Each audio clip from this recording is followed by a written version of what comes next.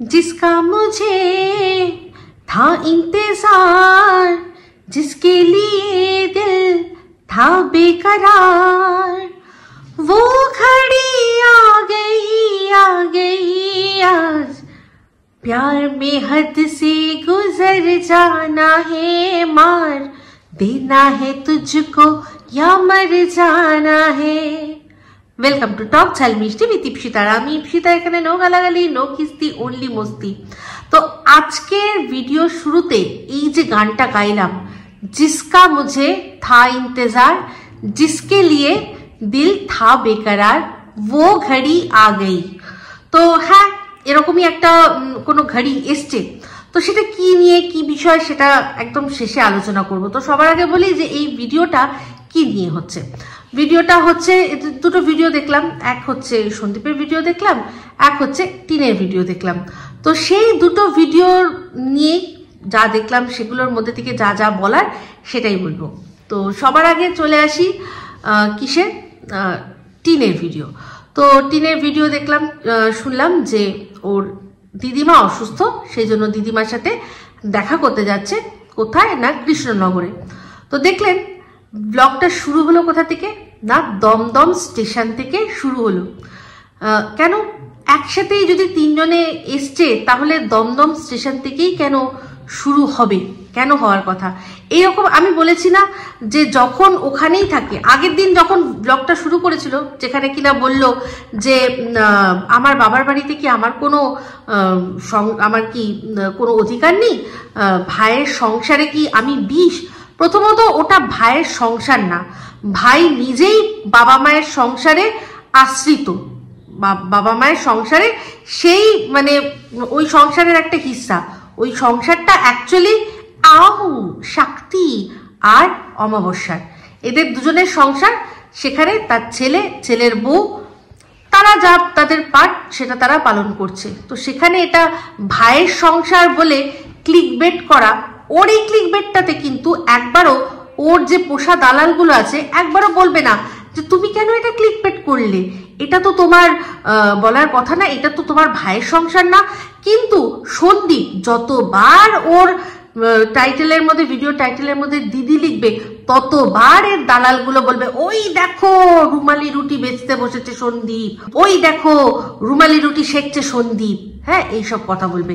তো এই হচ্ছে মানে অথেন্টিক দালাল যারা হয় না, দালাল যারা পাঁচাটা দালাল হয়, তারা এরকম ধরনের কথা বলে। তারা কখনো মেরুদণ্ড সোজা রেখে নিরপেক্ষ কথা বা নিরপেক্ষভাবে সমালোচনা করতেই পারবে না। এটাই হচ্ছে সমালোচক আর দালালদের মধ্যে একটা সবচেয়ে বড় অন্তর।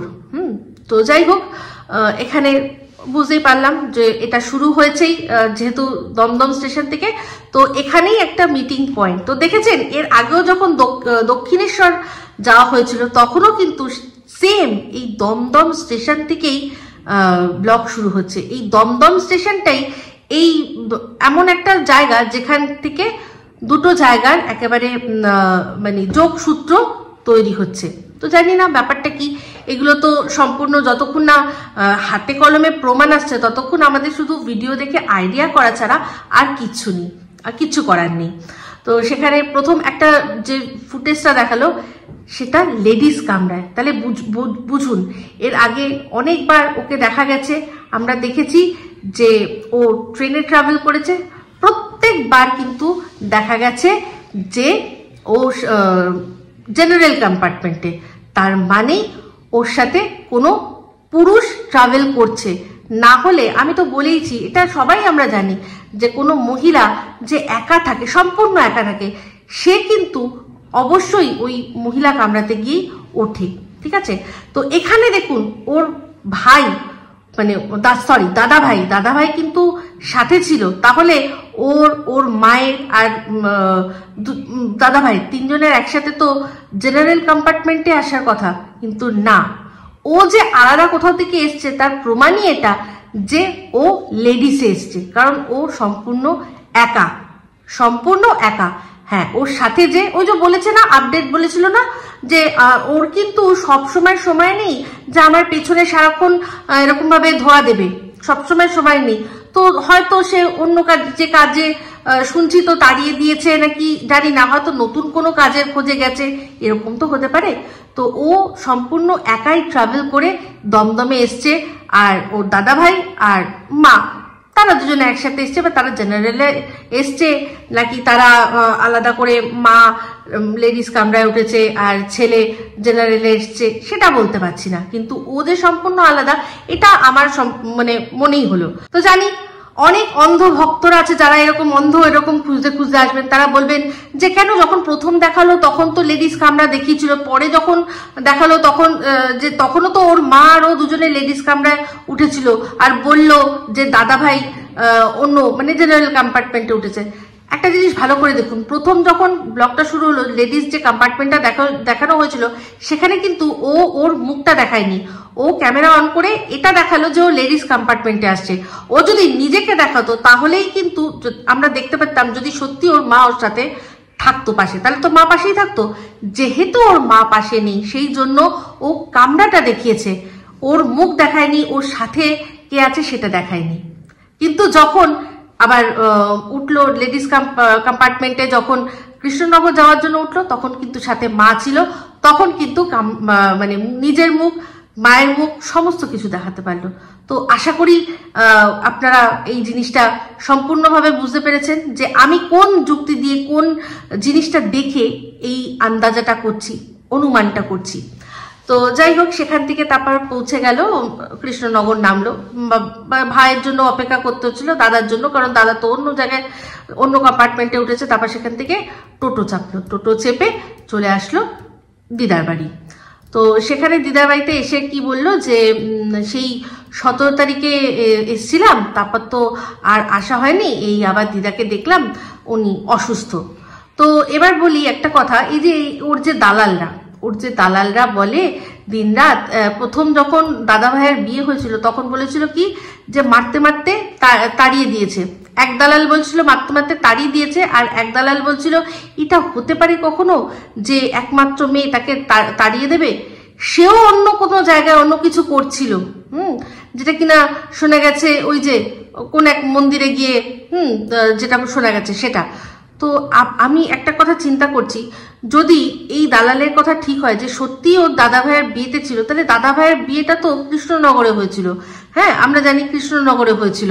তো দাদা ভাই বিয়ের পর তার দিদার আশীর্বাদ পর্যন্ত নিতে এসেছিল। যদি সত্যি ও দাদা ভাইয়ের বিয়ে অ্যাটেন্ড করে থাকে তাহলে সেখানে ওরও তো এখানেই থাকার কথা, তাই না? ওরও এখানেই থাকার কথা না? তো যাই হোক, এটা আমার ধারণা। তো যখন বলল ও ওই দিনকার পর থেকে এখন এসছে, তাহলে হয়তো এসছে। তো সেখানে যেটা দেখলাম, দিদিমার কথা বলল, খুব অসুস্থ, তা দেখতে কান্নায় ভেঙে পড়েছে। তো প্রথমত বললো যে সব তো দেখাতে পাচ্ছি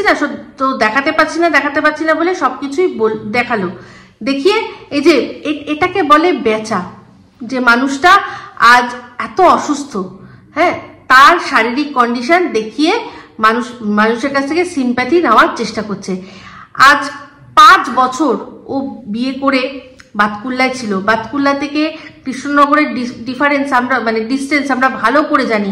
সীমা প্রায় 1 দিন 2 দিন অন্তরই কৃষ্ণনগর টু বাতকুল্লা টু কৃষ্ণনগর করছে।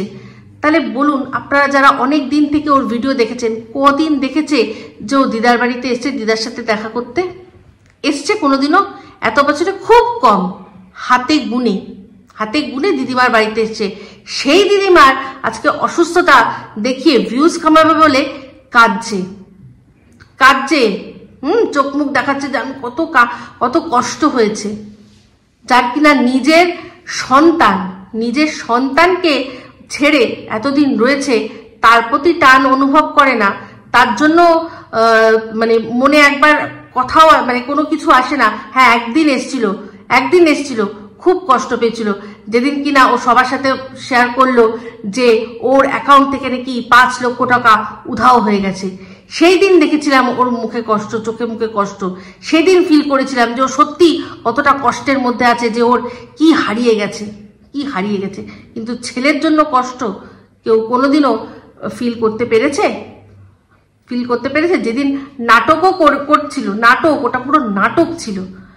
আজ আমি বলতে এখন মানে গলা জোর দিয়ে বলতে পারি যে ওটা নাটক ছিল। যেদিন বলছিল বলো তো বলো, কোনো মা কি তার সন্তানকে মেরে ফেলতে পারে? হ্যাঁ হ্যাঁ পারে। কটা ঘটনা দেখতে চাও? শিলা বোরা কেস, দেবযানী শিলা বোরা কি মেয়েকে মেরে দিয়ে তারপর এমন ভাবে কি যেন বলে ফেসবুকে আপডেট দিচ্ছে যেন মেয়ে বিদেশে আছে। এরকম একটা তো, এটা তো হাই প্রোফাইল কেসের কথা বললাম, এরকম হাজার হাজার আছে যারা কিনা এখন কলিকালে মারা নিজেদের স্বার্থের জন্য, বিশেষ করে পরকীয়া সংক্রান্ত ঘটনার জন্য তাদের নিজেদের সন্তানকে শেষ করে দিয়েছে, তাদের স্বামীকে সন্তানকে শেষ করে দিয়েছে এই প্রেমিকের সাথে শাট করে। তো এরকম ভুরি আছে।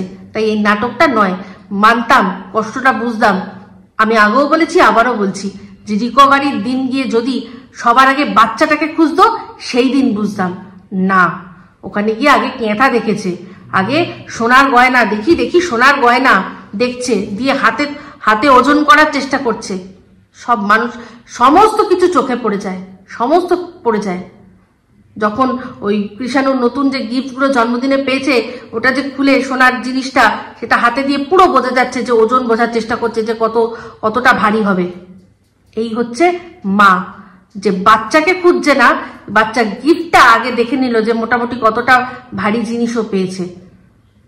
আজকে সে কাঁদছে, যে মানুষটা আজকে মানে এতটা অসুস্থ আছে তাকে বেচছে, রীতিমতো বেচছে।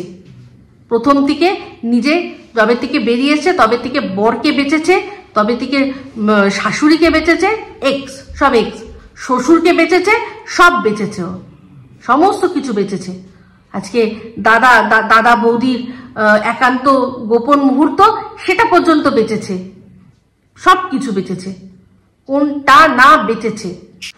তো দিদার শারীরিক কন্ডিশনের আপডেট দিতে গিয়ে কি বললো, বেশি দিন আমি থাকতে পারবো না, কারণ বাপি ওখানে একা থাকবে। তো ওলে আমার বাপি সোহাগী রে বাবা, বাপির এত চিন্তা। বাপি যখন দিনের পর দিন ক্যাম্পে গিয়ে পড়ে থাকে তখন কত কে যায় গিয়ে ওনার মুখে ভাত তুলে দেয়। উনি তো এখন দেখছি এদেরকে বসিয়ে রান্না করে খাওয়ায়। আউ শক্তি তো উল্টে ওকে বসিয়ে রান্না করে খাওয়াবে। হ্যাঁ, তো বাপির জন্য, বাপির তো একা থাকবে, বাপি ভয় পাবে। ওই যে শিয়ালগুলো আছে না ওদের বাঁশবাগানের পেছনে, সবাই টুটু করে বাপিকে তুলে নিয়ে যাবে। হ্যাঁ, বাপিকে তুলে নিয়ে যাবে। আহারে কি চিন্তা। আসলে ব্যাপারটা কি, এই যে কবিতা চোর একটা মুহূর্ত ওকে বিশ্বাস করে না। তার ওপর ওর দালাল যা একটা শর্ট ভিডিও দিচ্ছে, এক একটা যা শর্ট ভিডিও দিচ্ছে, बिजली बन के गिरती हूँ मैं, नागिन बन के डसती हूँ। তো ওগুলো দেখছে না, ও জানে না ওর চরিত্র কি। যতই ভেতরে যাই থাক না কেন, স্পঞ্জ থাক আর যাই থাক, দেখতে তো উপর থেকে গোল গোল লাগে।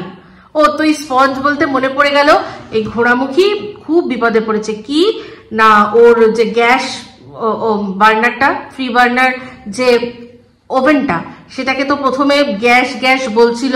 তো ওর বর আবার সেটাকে রেকটিফাই করে দিয়ে বললো যে গ্যাস বলো না, এটা কি যেন বলো, বার্নার বলো বললো মনে হয়। তো সেটা কি দিয়ে মুছবে ও ভেবে পাচ্ছে না। তো বলি শোন না, তোর পুরনো ব্রা নেই, ওই স্ট্রিপগুলো খুলে দে, ওর ভেতরে যথেষ্ট স্পঞ্জ আছে, ওই যা স্পঞ্জ আছে তোর মানে পরিষ্কার করেও বেশি, বুঝলি। এক পাশের খোলাটা দিয়ে একদিকটা মুছবি, আর এক পাশের খোলাটা দিয়ে শুকনো করে, মানে এক পাশের খোলাটা দিয়ে ভিজা অবস্থায় মুছবি কলিন চড়িয়ে, আর একটা পাশের খোলাটা নিয়ে শুকনো অবস্থায় মুছে দিবি। ঝকঝক করছে, বুঝলি। হ্যাঁ, ঝকঝক করবে, পরিষ্কার আছে তো। এমনি আশা করি অন্তর্বাস্তব পরিষ্কারই পড়িস আশা করি। তো যেগুলো বাতিল হয়ে গেছে না, তার মধ্যে একটা দিয়ে মুছে নিস, দেখ তোর প্রবলেম সলভ করে দিলাম। তো যাই হোক, তো খুব চিন্তা হচ্ছে। তো আমরা সবাই বুঝতে পারছি যে কোন বাপির জন্য অ্যাকচুয়ালি চিন্তা হচ্ছে। তো যাই হোক, এখানে তারপর দেখলাম যে রান্না বান্না করছে। মা গো মা, পুরো বাথরুমের পাশে পুরো বাথরুমের পাশে রান্নার জায়গা করেছে, দেখেছেন? বাথরুম আর রান্নার জায়গার মাঝখানে একটা সরু ওই কি যেন বলে নয়নজুলির মতো একটা সরু নর্দমা, তার পাশে রান্না করছে। এমনিতেও ওরা ছাদে যখন রান্না করে দেখবেন ওদের ওই বাথরুমের পাশেই রান্না, বাথরুম যেখানটা ঠিক তার পাশেই ওদের রান্না করতে ইচ্ছা করে। মানে এইরকম গিদর আমি দুনিয়ায় একটা দেখিনি।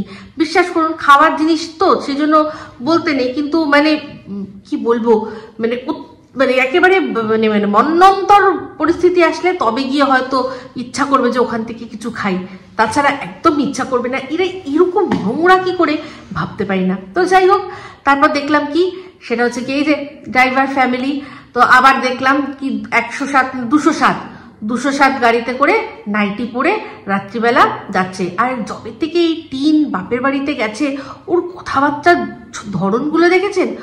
পুরো সেই একদম মানে কি বলবো, বস্তি বলবো না, মানে কথাবার্তাগুলো কিরকম যেন একটা মানে একেবারে below the belt, below the level নেমে কথার সুরগুলো দেখবেন, টান দিয়ে কথা বলে যেটা দেখবেন তাহলেই বুঝতে পারবেন। আর তার সাথে যখন ওই আদোটা মাখায়, মনে হয় সপা বাথরুমে ঝাঁটা দিয়ে মুখে এরম করে দিই, বিরক্তিকর লাগে, একেবারে বিরক্তিকর লাগে। তো যাই হোক, গেল দেখলো যে নাইটি পরেই চলে গেছে। ঠিক আছে, ভেবেছে কোথাও নামতে হবে না, গাড়ির মধ্যে থাকা যা, বাড়ির মধ্যে থাকাও তাই। ড্রাইভার ফ্যামিলি যেহেতু ওদের ওরকমই ব্যাপার, দেখবেন ড্রাইভাররা যে লরি ড্রাইভার তারা গাড়ির মধ্যেই তাদের সংসার, তো বাড়ি যা গাড়ি তাই একই ব্যাপার। আমি এটাতে খারাপ কিছু বলছি না, আর ড্রাইভিং করাটাও কোনো খারাপ বিষয় না। তো যাই হোক, এই বিষয়ে একটা কথা মনে পড়ে গেল, সেটা হচ্ছে গিয়ে দেখেছেন কৃষাণুর প্রচন্ড গাড়ির প্রতি একটা নেশা, এটা কিন্তু জিনগত ব্যাপার, এই টিনের জিন থেকে ও পেয়েছে। হ্যাঁ, তো আশা করি সেই জিনের প্রভাব আস্তে আস্তে আস্তে আস্তে মানে ওই জিন আর কি ছেড়ে চলে যাক, আর কৃষাণু গাড়ি থেকে যেটা মানে গাড়ির থেকে যদি গাড়ি নিয়েও কিছু করতে হয় তাহলে অ্যাটলিস্ট মেকানিক্যাল ইঞ্জিনিয়ারিং বা ওই লেভেলের কিছু করুক, গাড়ি সংক্রান্ত। গাড়ি ডিজাইনিংও আছে, অনেক কিছু গাড়ি নিয়ে হয়, শুধু ড্রাইভিং হয় না, গাড়ি সংক্রান্ত আরো অনেক কিছু হতে পারে, গাড়ির শোরুম করতে পারে, পরবর্তীকালে নানান কিছু করতে পারে। বাট এটা সত্যি যে এই গাড়ির প্রতি টানটা আমার যেন মনে হয় ওই টিনের ফ্যামিলি থেকেই পেয়েছেও।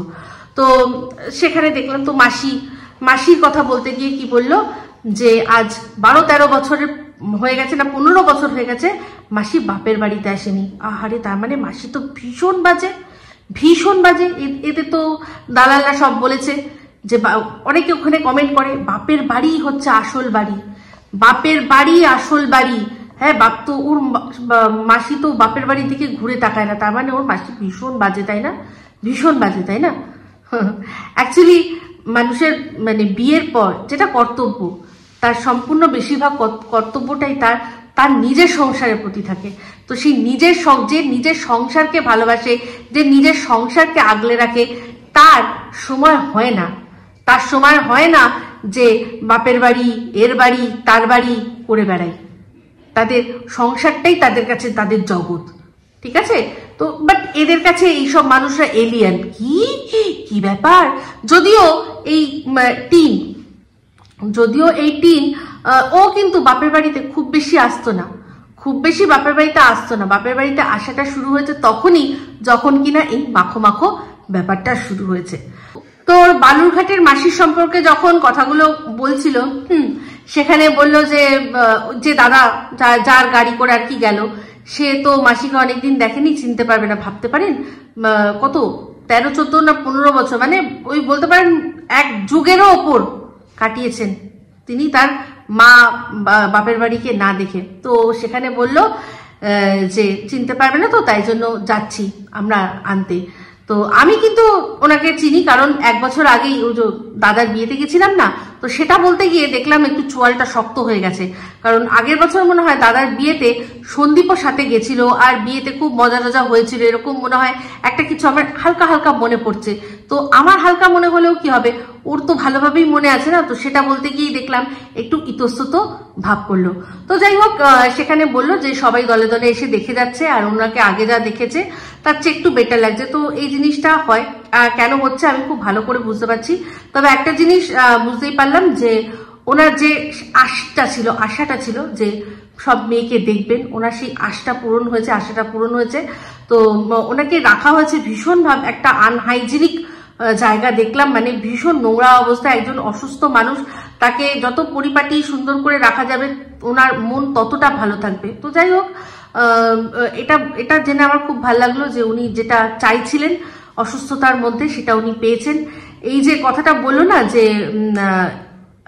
হঠাৎ করে মনে হচ্ছে যেন উনি কাল যা দেখেছিলাম তার চেয়ে বেশি সুস্থ হয়ে গেছে, এই কথাটা বললো, আমার কিছু কথা মাথায় আসলো। তো যাই হোক, আমি চাইবো এটাই যে উনি খুব তাড়াতাড়ি সুস্থ হয়ে যান, এটাই চাইবো, এর চেয়ে বেশি আর কিছু বলার নেই। তো এই হয়ে গেল টিনের ভিডিও। এবার চলে আসি সন্দীপের ভিডিওতে।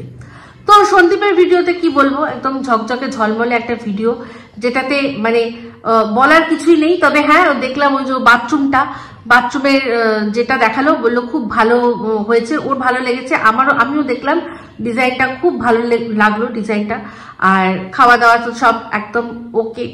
আর আজকে দেখলাম সন্দীপ পুরো ওদের যে মাছের বাজারটা পুরো দেখিয়ে দিল। অ্যাকচুয়ালি বারবার করে কথা হয়, কমেন্ট বক্সে আমি প্রচুর কমেন্ট দেখেছি, সেখানে তারা বলে যে হ্যাঁ এই তো টিন যখন ছিল তখন তো এইসব মাছ আসতো না, এইসব কমেন্ট লেখা হয়, ঠিক আছে। আর আপনারা ভালো করেই জানেন যে সন্দীপ নিজের কমেন্ট বক্সকে কতটা প্রাধান্য দেয়। ও কিন্তু এই যে টিনের যে দালাল, তার প্রতি ওর কোনো বিন্দু মাত্র কোনো কিছুই নেই। দেখুন, জবের থেকে সন্দীপকে রিলেট করে আমরা বলা বন্ধ করে দিয়েছি ওর কথা, তবে থেকে কিন্তু সন্দীপও কিন্তু ওকে কোনো পাত্তা দেয় না। একবার ওই দালাল বাই চান্স বলে দিয়েছিল, বাট তাছাড়া কিন্তু ও দেয় না। কিন্তু ও প্রায়োরিটি কাকে দেয়? নিজের কমেন্ট বক্সকে, নিজের ভিউয়ার্সদের, ঠিক আছে, ভীষণভাবে। তো সেখানে তারাও লেখে যে কই ওই মাছটা তো এখন আর দেখি না, টিন থাকাকালীন ওই মাছটা তো প্রায়শই দেখা যেত। তো ওর বাজারটা দেখলাম শো করে দিল, যে সত্যি দেখালো যে ওখানে ওই মাছটা এভেলেবেল এখন নেই। তো বড় বড় ট্যাংরা মাছ পেয়েছে, তো ট্যাংরা মাছ নিয়ে এসছে।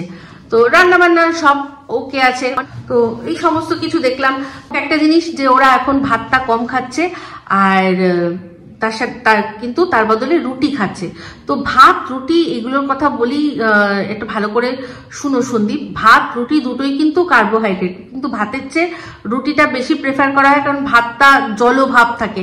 আর কুমড়োর কথা তোমরা বলছিলে, কুমড়ো খেতে কোনো প্রবলেম নেই। কুমড়ো যত মিষ্টি কুমড়ো হোক না কেন, সেটা কোনো সুগার পেশেন্টকে কোনো ক্ষতি করবে না, উল্টে লাভ আছে, কারণ কুমড়োয় প্রচুর ফাইবার আছে। আমরা এখন রিসেন্ট একটা রিসেন্ট একটা খোঁজ হয়েছে, তাতে জানা গেছে যে যাদের সুগার আছে তাদের পক্ষে প্রচুর ফাইবার যুক্ত খাবার খাওয়া উচিত। তো কুমড়োয় অনেক ফাইবার আছে, আর ওটা কোনো মাটির তলার জিনিস না। তো তাই বিন্দাস কুমড়ো তুমিও খাও, আর শিলাদেবীকেও খাওয়াও। যেটা কথা আমি অনেকদিন ধরেই ভাবছিলাম বলবো, সেটা হচ্ছে তোমরা সাবুর খিচুড়ি করে খেতে পারো, তারপর হচ্ছে গিয়ে ওটসেরও খিচুড়ি করা যায়, যে কোনো কিছু সবই ওই চাল ডালের মতো, চালের বদলে যেটা দিয়ে মানে সাবু দিলে সাবু, ওট দিলে ওট, বা ডালিয়ার খিচুড়ি, এগুলো তো খেতে পারো। সবসময় যে মানে আটা মেখে রুটি করতে হবে এরকম তো কোনো ব্যাপার না, কারণ রুটিটা খেতে যতই ভালো হোক না কেন একটু খাটনি সাপেক্ষ ব্যাপার। হ্যাঁ, ধরে ধরে সবার জন্য আলাদা করে রুটি করো।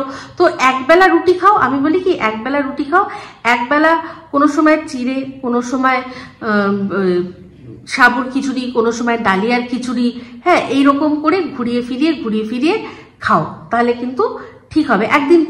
কোনো একদিন পাউরুটি নিয়ে আসলে পাউরুটি সেকে বাটার দিয়ে খেলে, একটা করে কলা খেলে, একটা করে ডিম সিদ্ধ খেলে, এরকম 7 দিনে 7টা পুরো হিসাব করে নাও যে সোমবার দিন, আজকে সোমবার, আজকে আমাদের এই ব্রেকফাস্ট হবে, মঙ্গলবার এই হবে, এরকম করে করলে দেখবে একসাথে অনেকগুলো। আর যখন লিস্ট চলে আসবে একদিন করতে, আবার যখন তোমার সেই ডেটটা আসবে তখন দেখবে আবার মনে হবে ওটা নতুন। তো এই জিনিসটা করে দেখতে পারো, খারাপ না কিছু। আর আরেকটা কথা, যেটা সবচেয়ে ইম্পর্টেন্ট কথা, যেটা নিয়ে বলবো, যার জন্য আজকে প্রথম গানটা গাইলাম।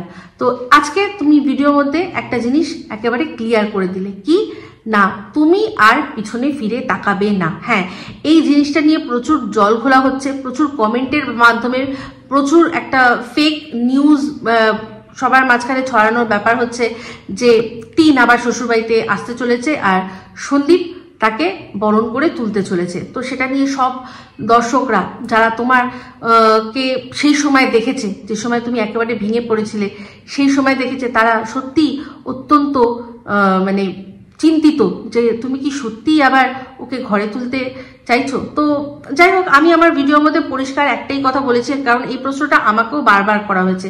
তো আমি একটাই কথা বলেছি যে এটা সম্পূর্ণ সন্দীপের ডিসিশন।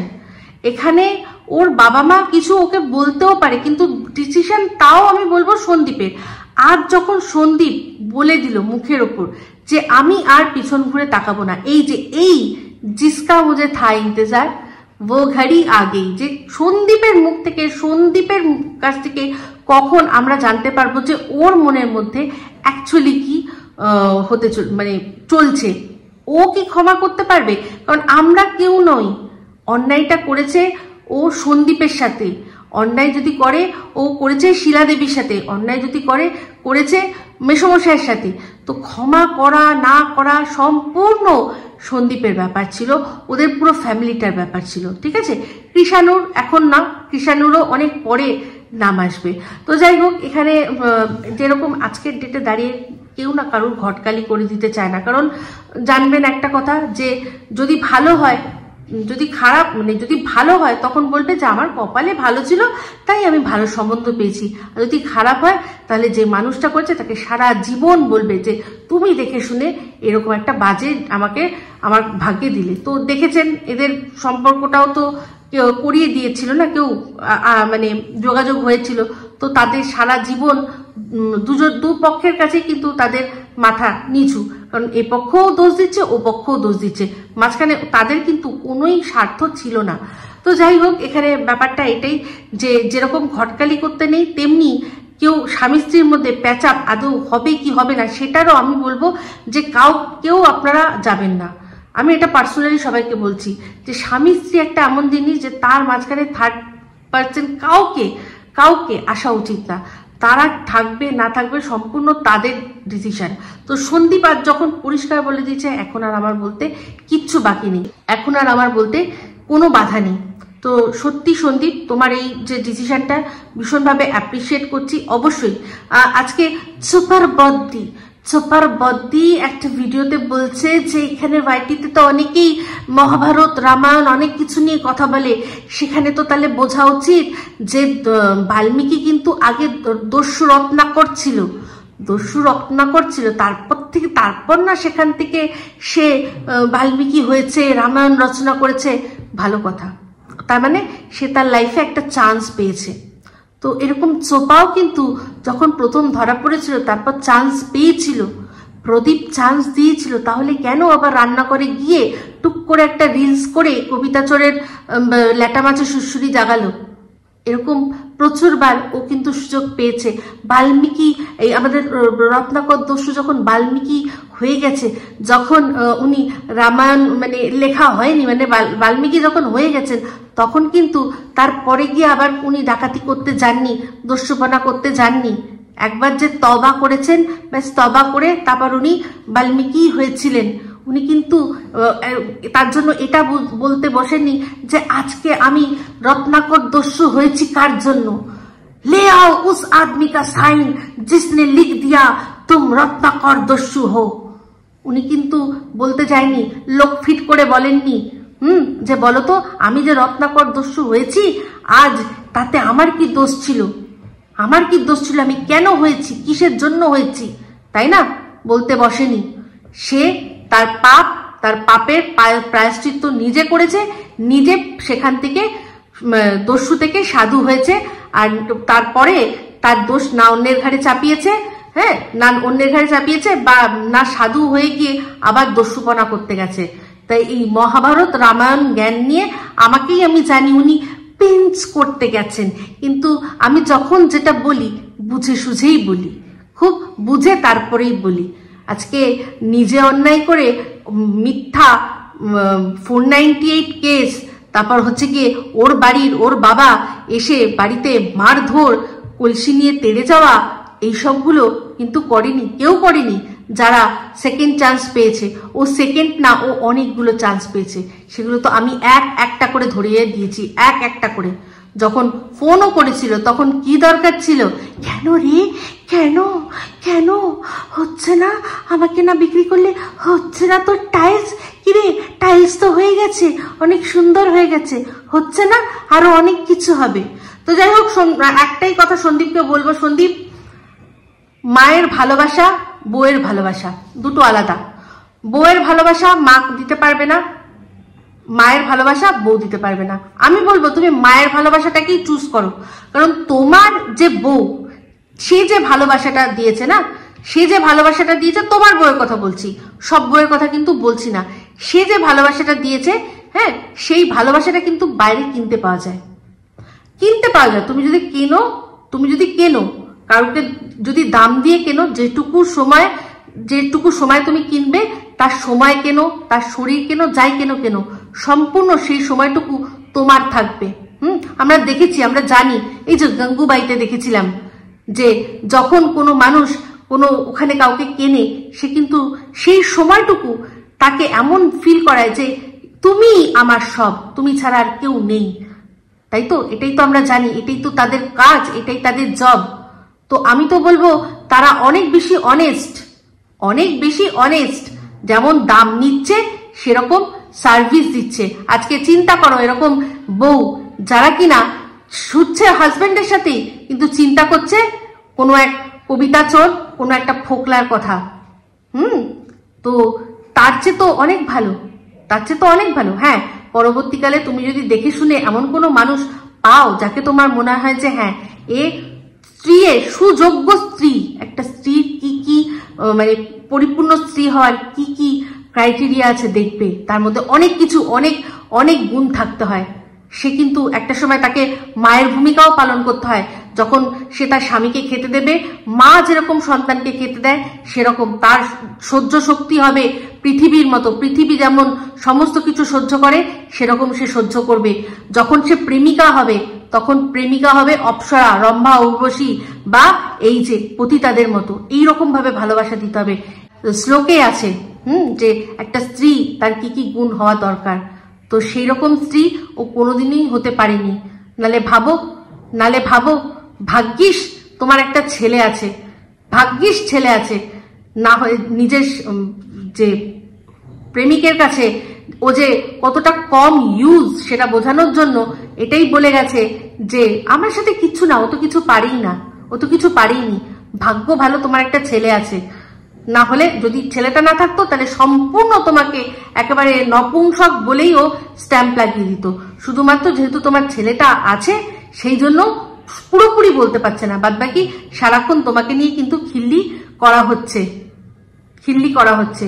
তো যে এরকম খিল্লি করতে পারছে, তার সাথে আর নতুন করে সংসার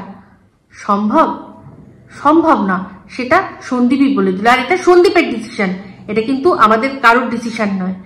আমি জাস্ট অ্যাপ্রিসিয়েট করলাম। তো বলে না কথায়, পাগলা, বউ গেলে বউ পাবি, মা গেলে মা পাবি না। তো হ্যাঁ, মায়ের ভালোবাসাটাই আসল ভালোবাসা। মাকেই ধরে মায়ের ভালোবাসাটাকে নিয়ে থাকো। আর এই যে এইরকম ভালোবাসা বাজারে কিনতে পাওয়া যায়। তো অবশ্যই বলবো, যতদিন না তুমি তোমার মনের মতো কাউকে পাচ্ছ, শরীর বড় বালাই, সেটা নিয়ে কোনো কথা বলছি না, বাট যতদিন না তুমি সত্যিকারের মনের মতো কাউকে পাচ্ছ, ততদিন তুমি তোমার মাকে আঁকড়ে ধরে, মায়ের ভালোবাসা, মাকে সেবা যত্ন করে তুমি তোমার আর ছেলেকে যথাযোগ্যভাবে মানুষ করে তুমি এগিয়ে চলো, এটাই বলবো আমি। ঠিক আছে, তো যাই হোক, এই ভিডিওটা এই অবধি রাখলাম। যদি ভালো লাগে তাহলে অবশ্যই লাইক, শেয়ার, কমেন্ট করতে ভুলবেন না। যারা চ্যানেলটা সাবস্ক্রাইব করেনি তারা সাবস্ক্রাইব করে নেবেন। সবাই ভালো থাকবেন, সুস্থ থাকবেন। আবার আসছি খুব শীঘ্রই একটা নতুন ভিডিও নিয়ে। Me Ipsita signing off. Love you all.